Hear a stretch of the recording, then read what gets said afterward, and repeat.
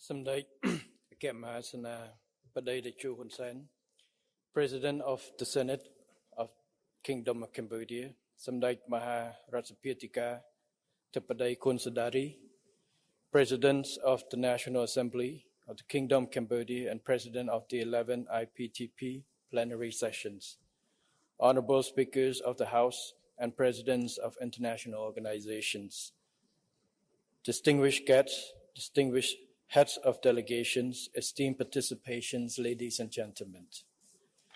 It is my great pleasure and honor to be with you all at the 11th plenary sessions of the International Parliament for Tolerance and Peace IPTP here in Phnom Penh to deliberate on such an important theme, a quest for peace, reconciliations, and tolerance. The gathering of this august body truly reflects the shared commitment of parliamentarians, politicians, and relevant stakeholders from all peace-loving nations to building a world of peace, tolerance, harmony, and prosperity. As the world faces numerous challenges arising from traditional and non-traditional security threats that have posed serious concern for global peace, stability, and development, hosting this event is a call to duty for Cambodia, and reaffirming our commitment to the aforementioned course is a call to duty for all parliamentarians as well as relevant stakeholders. As Samdech Techo Hun Sen has wisely stated in the past, peace is the foundation on which all else is built. Without peace, there can be no development, no prosperity, no future. Without peace, there is no human rights and no developments as such. Cambodia's historical journey to peace has transformed our nations in the most unimaginable ways, thanks to the visionary win-win policy spearheaded by Samdech Techo Hun Sen. Not only did this noble policy end decades of conflict, but it also laid the groundwork for national reconciliations and enduring stability. To this day, through its practical steps, starting with dialogue, trust, compromise, and inclusivity. I must say that the results are stunning. Our economy has consistently grown by more than 7% per year in recent decades before the COVID pandemic. Development gains have reached even the most remote rural area. And when we talk about economic growth, we are not just referring to textbook numbers, but we also want to refer to present day's reality, as you could witness in terms of improvements of people's livelihood and social well-being across the board. We are on track to effectively graduating from the least developed country status in 2029. Some key social indicators are real testament to our inclusive development. For instance, an increase in life expectancy from 59 years in 2000 to 76 years in 2021. The decrease of maternal mortality rate from 437 in 2000 to 154 in 2022 per 100,000 live births, and the drop of infant mortality rate from 37 in 2000 to 8 in 2022 per 1,000 live births.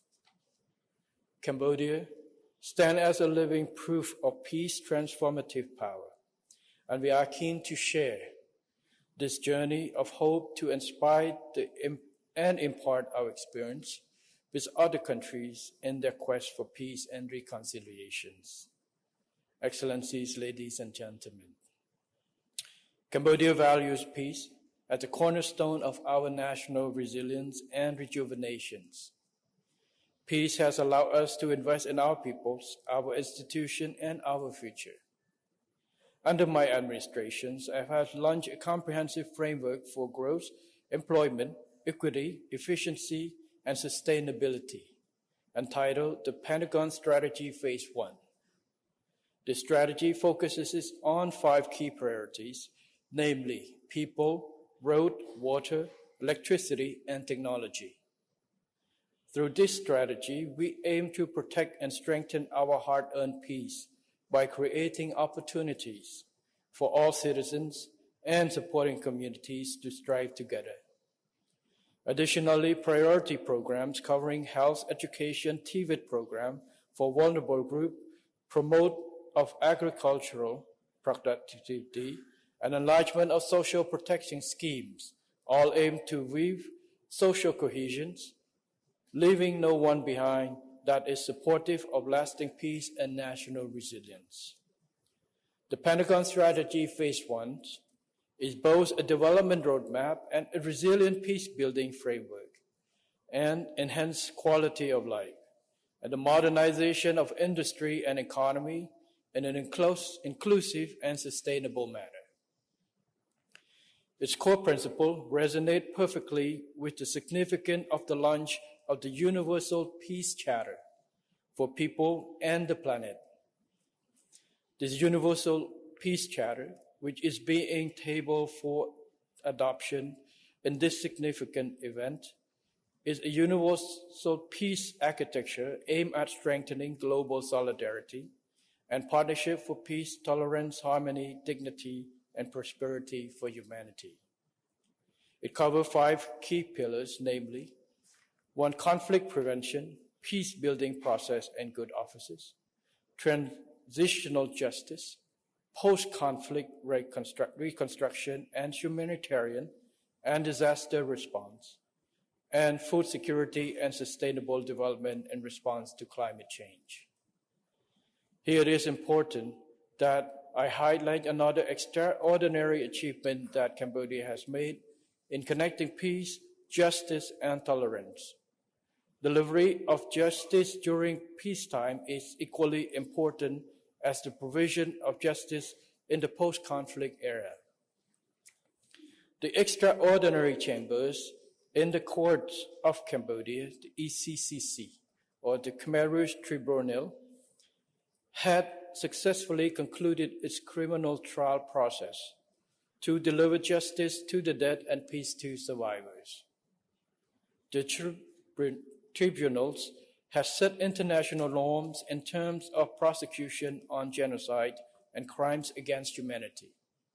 And Cambodia has served as an example of how a nation can face the troubled past with dignity. Through these transitional justice mechanisms, our society can rely on a foundation for enduring peace and reconciliation without the possibility of revenge and relapse of conflicts. Of important note, the high level of tolerance of Cambodians and the strong resilient mentalities cannot be overlooked when considering how broader enemies can still coexist peacefully and that national army can be united even with the integration of the former Khmer Rouge fighters.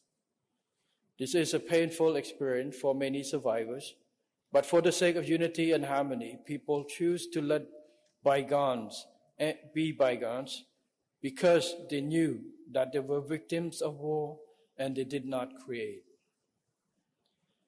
Excellencies, ladies and gentlemen, our pursuit of peace must be proactive and it must be a collective effort.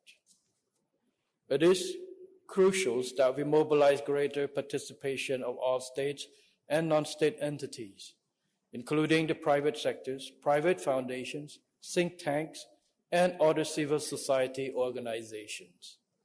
Their contributions are essential in promoting preventative diplomacy, trust building, and confidence building measures and media integrity, stimulating international cooperations, interface dialogue, trade tourism, and people-to-people relations are as important as getting women and youth in all spectra of peace, security, conflict, and conflict preventions. Moreover, we must work together to address the non-traditional threats like food and nutritional insecurity, and climate change related to disasters, among others, which, if not tackled properly, can undermine peace, security, and development. It is vital that the international community cooperate closely together on this food, water, energy security nexus. Similarly, we must harness the power of science, technology, and innovation, including digital technologies, as a key development resources to enable us to meet the targets of the 2030 UN Agenda for Sustainable Development and other relevant national development plans of our nations. On this note, I look forward to seeing the Universal Peace Charter agenda moving ahead as a great catalyst to enhance synergy between government, parliaments, and society organizations to realize our visions of peace for humanity. I wish to take this opportunity to call on all nations and entities to join us in advance our shared commitment to make our world safe and prosperous for generations to come. In closing, it's allowed me to take this opportunity to extend my heartfelt wishes for the success of this 11th plenary session of Iptp. And may our discussions today inspire meaningful actions toward global peace and cooperations. May peace and development flourish across the world. I wish all greater success in all your noble endeavors. Thank you very much.